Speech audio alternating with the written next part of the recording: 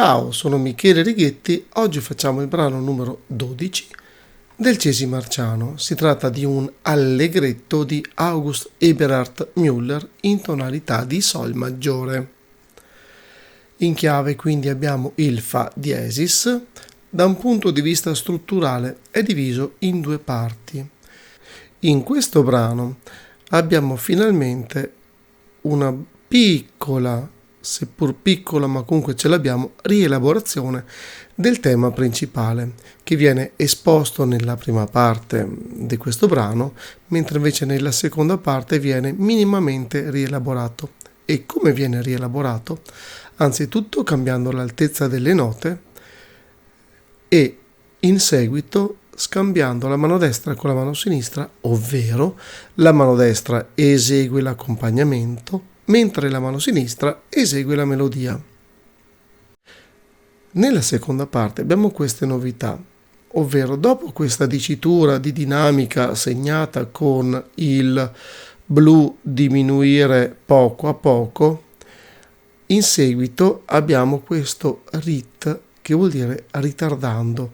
Questa dicitura segnata in rosso indica che dobbiamo rallentare. Dopodiché abbiamo nella battuta successiva queste note con la corona, le prime due note suonate contemporaneamente, che sono il Fa e il Re con la corona di due quarti, su cui ci possiamo soffermare per quanto desideriamo. Successivamente abbiamo quel Do diesis e quel Do bequadro che sono fuori tempo, ovvero se andiamo a contare la quantità di quarti che abbiamo in questa battuta sono in più queste due note, infatti sono scritte più piccole. Anche queste note vanno fatte a nostro piacimento della durata che vogliamo.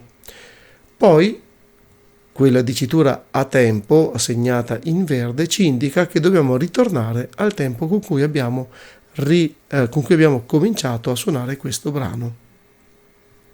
Nell'esecuzione a mani separate con vista dall'alto e poi a mani unite sempre con vista dall'alto, purtroppo per problemi tecnici non sono riuscito a fare questo ritardando e queste note prolungate, perché era praticamente impossibile coordinarmi con lo spartito. Per cui tenete fede all'esecuzione, quella con vista laterale per quanto riguarda l'interpretazione, che comunque va fatta a vostro piacimento. Bene, adesso andiamo a suonare prima a mani separate e poi a mani unite.